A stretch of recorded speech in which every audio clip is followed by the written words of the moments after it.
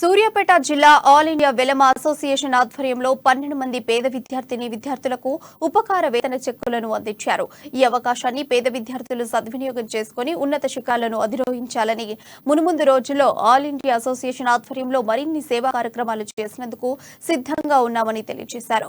ఈ కార్యక్రమంలో అసోసియేషన్ అధ్యక్ష ప్రధాన కార్యదర్శులు వేణిపల్లి వెంకటేశ్వరరావు, తీగల కరుణాకర్రావు, జాయింట్ సెక్రటరీ గుండపనేని కొండలరావు తదితరులు పాల్గొనడం జరిగింది. అసోసియేషన్ నుంచి స్కాలర్షిప్స్ పేద విద్యార్థులకు స్కాలర్షిప్స్ గత 5 సంవత్సరాల నుంచి మేము కోదాడ అసోసియేషన్ తరఫు నుంచి అప్లై చేసినాము. ఫస్ట్ ఇయర్ 15 నెంబర్స్కి వచ్చినాయి, సెకండ్ ఇయర్ 12 నెంబర్స్కి వచ్చినాయి. అట్లా ఎవ్రీ ఇయర్ 4 ఇయర్స్ నుంచి వస్తున్నాయి. ఈ సంవత్సరం మేము 12 అప్లై చేస్తే 12 మంది విద్యార్థులకి, పేద విద్యార్థులకి స్కాలర్షిప్స్ 12 మందికి మంజూరై వచ్చినాయి. దీనికి మేము మా కోదాడ వెల్మా అసోసియేషన్ నుంచి ఆల్ ఇండియా వెల్మా అసోసియేషన్ కి కృతజ్ఞతలు చెప్తున్నాం.